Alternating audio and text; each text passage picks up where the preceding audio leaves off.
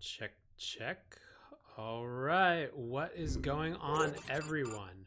Welcome back to another Crypto Daily 3 at 3. I'm doing a special edition today. So we just got off something like 2.5 hours of the Facebook Libra hearing, the first of two. Today was with the Senate Banking Committee.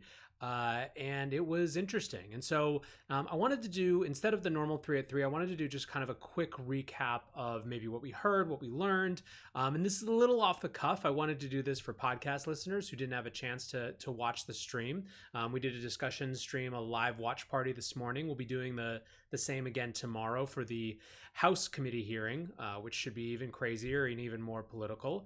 But yeah, so I wanted to go through kind of three big buckets that we heard today, and hopefully give folks who are especially listening along a little bit of a recap. So number one, Facebook and trust. So if you had to pick a word that came up more than any other word in this hearing, it was trust, over and over and again. Right. So Senator Sherrod Brown, right out of the gate, talked about just how little trust both him and all of his colleagues and the American people, in his estimation, have in Facebook after it's continuously abused and broken things, to use their own words, against them, that trust over and over again, right? In a lot of ways today was relitigating Facebook's history of mistakes. And it's interesting in terms of what it means for Libra, because it sort of suggests to me that there's a certain portion of the US kind of congressional and senatorial bodies that simply aren't interested in allowing this to proceed because they already think that Facebook is too big as it is, right? There is a sense among this set of people that there is unfinished business when it comes to regulating Facebook's power in general, even before you get to this point, right? There's still open questions around, should they be forced to break up and spin out WhatsApp or spin out Instagram? And so the idea that they're now wanting to basically rebuild the global financial system on their own backs is anathema, right? It's intolerable. It's dead on sight. And there's this group for whom that's just going to be the case. And we heard it today from both sides of the aisle, from Democrats and Republicans. There is this perspective. Now, of course, there were others who are basically reacting to that and saying, hey, it's a little bit too soon to throw the baby out with the bathwater.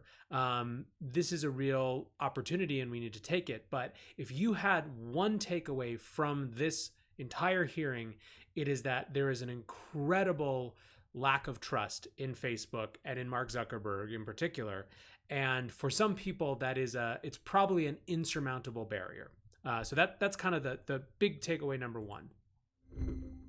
Now, on to point two, I wanted to talk through just kind of some of the questions that came up and discussion points and topics. And, to be frank, a lot of these were more buried under that larger question of Facebook and trust, but they were there and they're worth noting. So the first is this idea of American leadership in a new innovation economy. There were a number of senators who recognize that these innovations are important, that they are likely to have an impact on the global financial system, and they've expressed concern that that perhaps the U.S. would be left behind, that if we didn't work with an actor like Facebook to enable this sort of transformation, that someone else was going to do it anyways, right? So there was a real strong indication, especially from a couple of folks, that they wanted this new innovative era to continue to have American leadership. Someone even used the phrase kind of, we have the gold standard in banking. We want the gold standard in whatever the new world of banking looks like as well. Although interested observers might have pointed out that gold standard might not exactly have been the right phrase for that. So there was this idea of American leadership was point one. Point two, that was kind of contrasted with questions of why then were Facebook setting up the organization in Switzerland? And David Marcus, who definitely, if nothing else, gets an A+ for patience on the day, his response was that it had nothing to do with trying to move around or get around the American regulatory regime. It had to do with wanting to establish the organization that is theoretically supposed to be an international body in a regulatory space that's well known, has respected institutions there, that is inherently international, et cetera, right? So it was an argument about why Switzerland is good rather than why America was bad. Now, there's a lot of people, especially kind of in the conversation on crypto Twitter, who called BS on this. And I think that the unfortunate thing about this type of hearing is that, it's a very it forces the people who are in the hearing, who are doing the testimony, into a very defensive position, right? David Marcus is not in a position to bite back and kind of say, well, look, here's what you haven't done, what you haven't figured out about how to do regulation, and so we have to go overseas. That would have been seen as contentious. It would have it would not have gone well, and so he rightly didn't do that. But it's a shame, because I think there's a good argument that the lack of regulatory clarity is forcing U.S. companies like Facebook and smaller companies to go seek opportunities elsewhere. So Swiss setup was a second point. A third point had to do with data, and actually I was surprised at how little specifics around data came up. I think that it was, in some ways, it was almost embedded in this question of the lack of trust that people have in Facebook, that the reason there wasn't more explicit conversation about how data was going to protect, or how Facebook was going to protect people's data privacy and so on and so forth, had to do with just almost a disbelief that they even could, right? A lot of the folks who might have asked that set of questions didn't even get to it because they were too busy just tearing apart and scoring kind of rhetorical points against Facebook. The folks who did, I think most notably Mark Warner, what they were most interested in was a couple things. One is questions of exactly how data was going to be siloed between Calibra, the wallet, and Facebook, the company, or the Libra Association and Facebook, the company. They wanted to know precisely about data portability.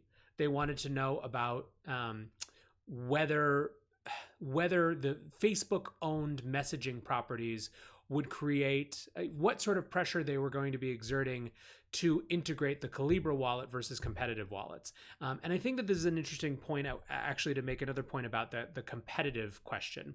So one of the things that David Marcus said over and over again was that, look, we have 100 members. Anyone's able to, even beyond those members, is able to build their own wallet. We're going to have competition, not just from the 100 other members of this association, but from all of the companies around the world that might want to make their own wallets.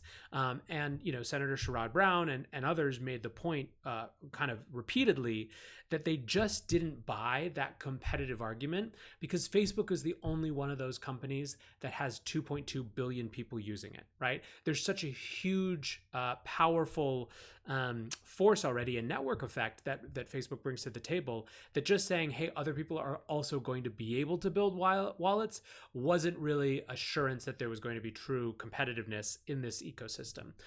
So that was an interesting point. But yeah, in a lot of ways, there was less about the specifics of data than I thought. It feels to me like something that's likely to be on the agenda again, to the extent that there are more hearings, and I think it's likely that there are. Fourth, of course, there was a huge conversation and numerous points about money laundering and crime. In a lot of ways, though, Facebook has already answered a lot of this, and I think this is one of the interesting things for folks in the crypto industry, is that this is the area where Facebook's answers in some ways are the strongest as it relates to what the U.S. existing power structure wants to hear, right? They discuss how law enforcement is going to be able to track things, how David Marcus made the point that it's explicitly better than cash. For those of us who are interested in a kind of a privacy preserving society and an anti-surveillance society, and who are worried about a creeping surveillance state, these are scary answers too, right? This is where, to us, in some ways, it may be the thing that's best about Calibra to sovereign governments. It's the thing that's worse in a lot of ways to advocates for greater consumer privacy. And so that's kind of an interesting tension. Now, one interesting point, though, that was made here was, Bitcoin, as we'll talk about in the third and final segment of this recap, was noticeably absent from the conversations. But at one point, someone did point out, they more or less made the point that Bitcoin is too volatile to gain widespread adoption, whereas Facebook is specifically designed for widespread adoption, and for that reason, it's more of a threat. You had other folks who were saying that basically, whereas Bitcoin is kind of open and traceable, and more difficult to use, really. I think Senator Sinema from Arizona made this point. She said that we've moved on from the cash era of crime, but that cryptocurrencies were still really difficult to use. And part of what she worried about as it related to, her specific example was drug cartels on the southern border. The thing that she was worried about with Libra was that it would be very easy to use this particular cryptocurrency type thing. Now, interestingly, she made the point that this is not a cryptocurrency in the same way that something like a Bitcoin is. So I guess, there's a lot to unpack with the money laundering and crime. At least there wasn't the same sort of just like silly rhetoric that we've seen a little bit from the high level kind of statements coming out of the White House. It was a little bit more nuanced and a little bit more clear headed. I think that this also showed that, the set of senators who were at this seemed to have done some amount of homework, right? This wasn't embarrassing for most of them in terms of their level of knowledge. This wasn't something that they were just dismissing. And I think that that's, maybe one thing that's positive about all of this is that clearly this is now on the agenda, and you've got, congressional staffers, Senate staffers who are learning up their organizations about what's going on and what the implications are. So the fifth and final point around this sort of questions and topics that came up that I want to make is that one of the strongest kind of themes as well that came out was this question of why it has to be Facebook that's going to do this.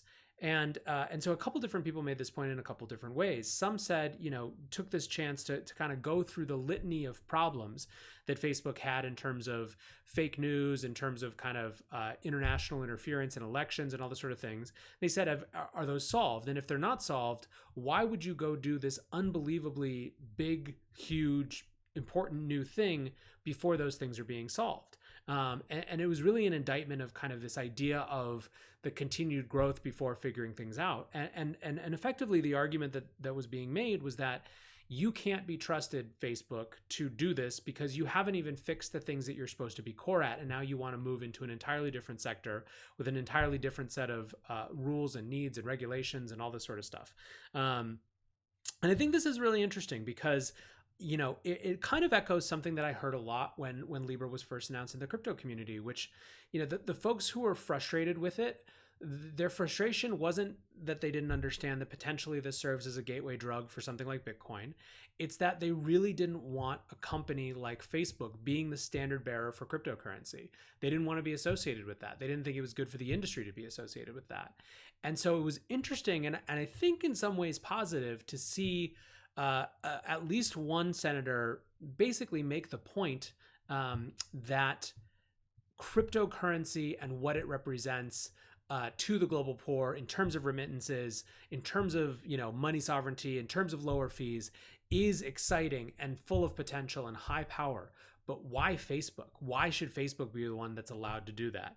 I think that's an important level of nuance that I was glad to see. So finally, let's talk about what it means for Bitcoin. I think that this was the question that I think we all had going into it in some ways, is where is Bitcoin going to be in all of this? And the short answer is that it was almost nowhere, right? It is still sort of under the radar. I mean, we had, I think, 2 that I counted, maybe 3, even instances of people using the word Bitcoin. The first one wasn't until minute 39. I know that for sure because I was watching the time. And it was very clear, and this is something that people have felt as they've seen, Trump's tweets last week, and then the Treasury Secretary's comments yesterday. It seemed like this was about Libra, and this was about Zuckerberg. This is about an unresolved question of antitrust. This is about an unresolved question about data privacy, and certainly that was the case, right? In fact, Bitcoin was so under the radar that one of the mentions was actually someone saying that they believed that they weren't as worried about its threat to the US dollar as a global reserve currency because it was so volatile that it seems highly unlikely to them that it would achieve the kind of mass adoption that would actually threaten the dollar.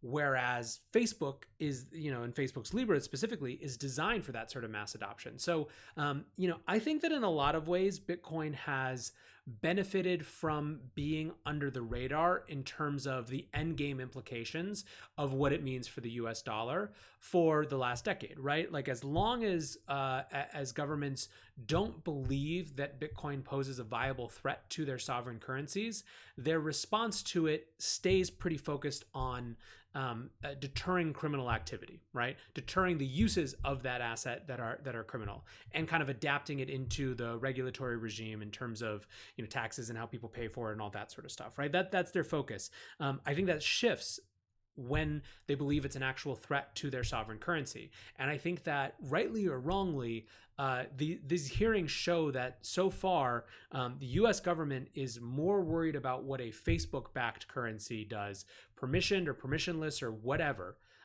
They're more worried about that as a threat to US currency than they are about Bitcoin. And I think for my money right now, that's a good thing. And I guess the last point around what it means for Bitcoin is, man, has it never been better to not have a CEO, to not have a company, to not have someone that you can call for congressional hearings in an easy way.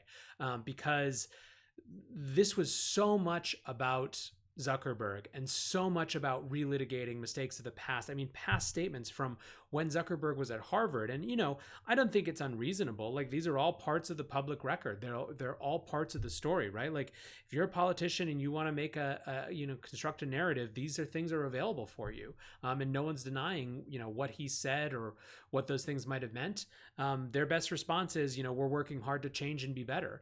But it is kind of a striking reminder of just how singular it was and it is that Bitcoin does not have a CEO. It doesn't have a person at the top. It doesn't have a spokesperson to go before the government. And, this is not to say that that's always going to be a good thing. It could mean that when it comes time to defend Bitcoin, it's a lot harder. And that there isn't someone for people to rally behind. But at the same time, right now, it's looking pretty good. So anyways, that's day one. We're going to have a lot more to talk about after tomorrow. The House Committee hearing is tomorrow. And we're actually getting some folks from our community in the crypto space and in the Bitcoin space will be testifying as well, beyond Marcus. So should be a good time for those of you who are around in the morning. We'll be streaming it again. Come check out either the Twitter at NLW, the Twitch at NLW Crypto, or YouTube, youtube.com/Nathaniel Whittemore Crypto. I'll post all these links obviously as well. Thanks for hanging out. Thanks for watching. Thanks for listening. And I will see you soon, guys.